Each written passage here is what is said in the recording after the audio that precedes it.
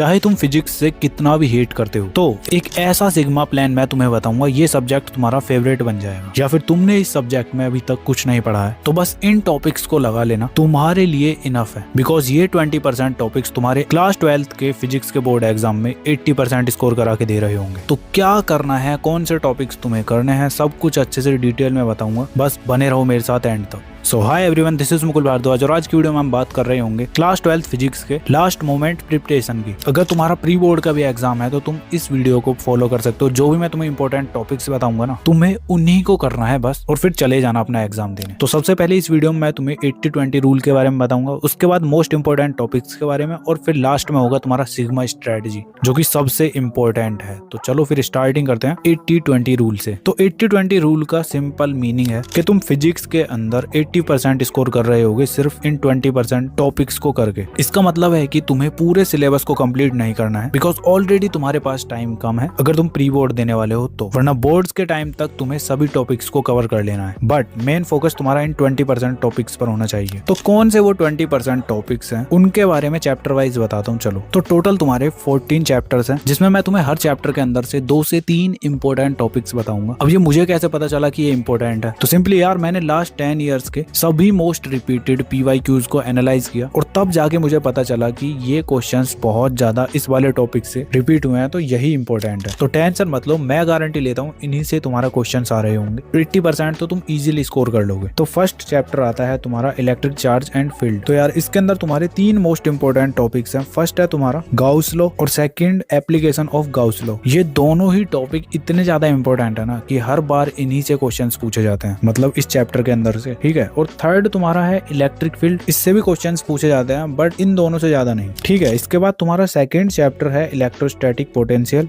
And capacitance. तो इसके अंदर यार तुम्हारा होने वाला है first topic equipotential surfaces and second important topic है तुम्हारा energy stored in a capacitor and third important topic होने वाला है तुम्हारा potential energy of A system of charges. तो तुम्हारे ये तीनों ही टॉपिक बहुत ही ज्यादा इंपॉर्टेंट है, और इन तीनों में से भी और ज्यादा इंपॉर्टेंट बताऊं ना तो ये ऊपर के 2 तुम्हारे थर्ड के कंपैरिजन में ज्यादा इंपॉर्टेंट है, ठीक है। ऐसे ही तुम्हारा थर्ड चैप्टर आता है करंट इलेक्ट्रिसिटी। तो इसके अंदर भी यार तुम्हारा फर्स्ट टॉपिक है drift electrons and the origin of resistivity, ठीक है। ये तुम्हारा सबसे ज्यादा इंपॉर्टेंट है। इसके बाद सेकंड है तुम्हारा सेल EMF और internal resistance and third most important है तुम्हारा cells in series and in parallel. तो ये 3 टॉपिक तुम्हारे सबसे ज्यादा इंपॉर्टेंट है इस चैप्टर के अंदर। तो अब थर्ड चैप्टर के बाद तुम्हारा आता है fourth chapter moving charges and magnetism. तो यार इसके अंदर भी तुम्हारे 3 मोस्ट इंपॉर्टेंट टॉपिक्स हैं। फर्स्ट एंड सेकंड सबसे ज्यादा है, थर्ड वाला तुम कर सकते हो बट फर्स्ट 2 के कंपैरिजन में कम है। तो फर्स्ट तुम्हारा इंपॉर्टेंट टॉपिक है इसके अंदर torque on current loop and magnetic dipole and second है तुम्हारा the moving coil galvanometer and third है तुम्हारा motion in a magnetic field. तो बस ये 3 टॉपिक्स करने थे तुम्हें इस चैप्टर के अंदर। ये तीनों ही तुम्हारे इंपॉर्टेंट है, ठीक है। इनसे भी तुम्हारे भर भर के क्वेश्चंस पूछे गए हैं। एंड इसके बाद आता है तुम्हारा fifth chapter magnetism and matter. तो इसके अंदर यार तुम्हारा फर्स्ट इंपॉर्टेंट टॉपिक है इंट्रोडक्शन द बार मैग्नेट। यही तुम्हें करना है, ये तुम्हारा मोस्ट इंपॉर्टेंट है। सेकंड इसके अंदर है तुम्हारा मैग्नेटिक प्रॉपर्टीज ऑफ मटेरियल्स। अब इस चैप्टर में तुम्हें बस ये 2 टॉपिक करने हैं, इन्हीं से तुम्हारे इस चैप्टर के अंदर भर भर के क्वेश्चन पूछे जाते हैं, ठीक है। इसके बाद तुम्हारा नेक्स्ट चैप्टर आता है जो कि है इलेक्ट्रोमैग्नेटिक इंडक्शन। अब इसके अंदर यार तुम्हारा फर्स्ट इंपॉर्टेंट टॉपिक है Faraday's law of induction, second important topic है तुम्हारा इंडक्शन एंड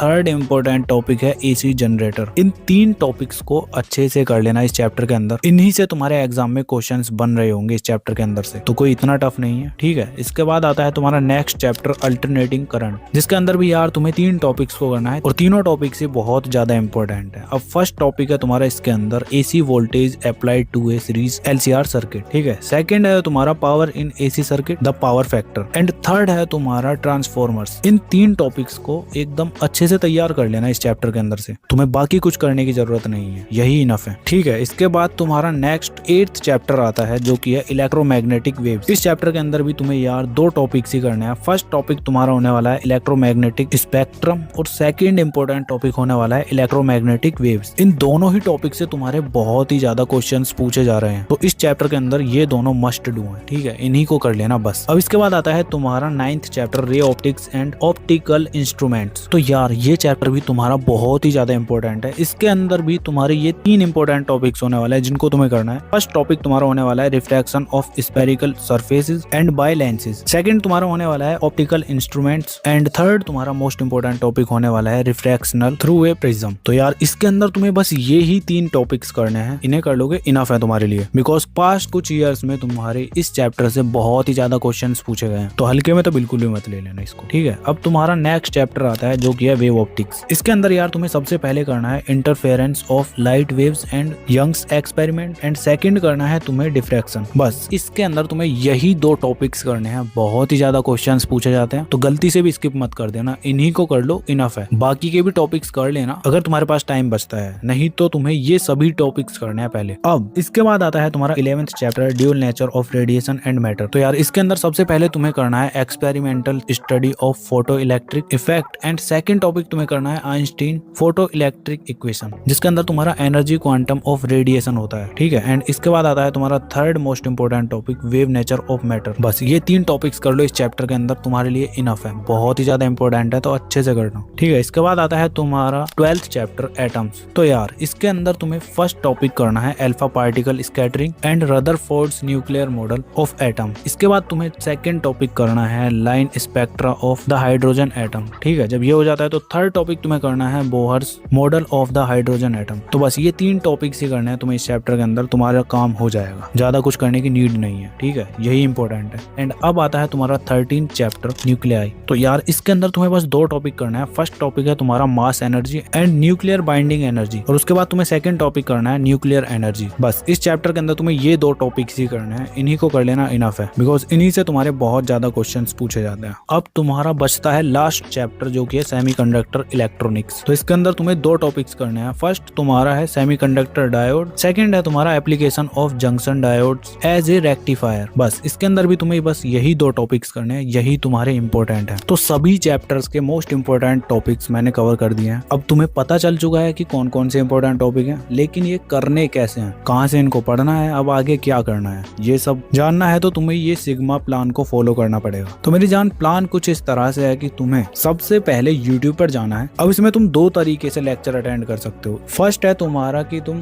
जितने मैंने तुम्हें टॉपिक्स बताए हैं ना, इनको तुम डायरेक्ट YouTube पर सर्च करो और फिर लेक्चर्स को देखने लग जाओ। और दूसरा तरीका है तुम्हारा कि तुम 1 शॉट लेक्चर देखने लगो, पूरे लेक्चर को कंप्लीट देखो, जहां भी तुम्हें ये टॉपिक्स नजर आए वहीं पे तुम्हें ज्यादा ध्यान देना है, ठीक है। दोनों में से कोई सा भी तरीका यूज कर लेना जो तुम्हें सही लगे। और हाँ, याद रखना अब तुम्हारे पास इतना टाइम नहीं है कि तुम अलग अलग टीचर्स से पढ़ो, अब तुम्हें एक ही टीचर को पकड़ना है, उसी के सारे लेक्चर्स देख लेना है। अब वो काम तुम्हारा है, तुम्हें किससे समझ आता है, क्योंकि मैं तो तुम्हें बता दूंगा कि ये टीचर्स हैं, तुम्हें भी तो पता होना चाहिए कि किससे पढ़ने में तुम्हें ज्यादा मजा आ रहा है, किससे तुम रिलेट कर पा रहे हो। तो इसीलिए तुम्हें खुद फाइंड आउट करना है। कैसे करना है, एक एक लेक्चर थोड़ा थोड़ा देख लेना बस, उसके बाद तुम्हें समझ आ जाएगा कि किस टीचर का तुम्हें लेक्चर लेना है, ठीक है। प्लान के अंदर तुम्हारा सेकंड स्टेप है फॉर्मूला नोटबुक। अब फिजिक्स के अंदर तुम जो भी पढ़ रहे हो ना, उसकी फॉर्मूला नोटबुक बनाओ, शॉर्ट नोट्स बनाओ, क्योंकि डिटेल में नोट्स बनाने का अब टाइम है नहीं, तो बस तुम्हें यही करना है। और थर्ड है जैसे ही तुम्हारा लेक्चर खत्म हो जाता है तो उसके बाद प्रीवियस ईयर क्वेश्चंस लगाने चालू कर दो। और प्रीवियस ईयर क्वेश्चंस के लिए तुम चैप्टर वाइज कोई भी बुक ले सकते हो जो तुम्हें सही लगे, बाकी मैं टैग कर दूंगा या फिर लिंक डिस्क्रिप्शन में दे दूंगा, वो बुक मंगा लेना, ठीक है। सिग्मा प्लान के अंदर बस तुम्हें यही 3 चीजें करनी है। बाकी अगर तुम्हें केमिस्ट्री के लिए भी वीडियो चाहिए तो कमेंट कर देना, और ये वीडियो भी कैसा लगा के बारे में बता देना थोड़ा।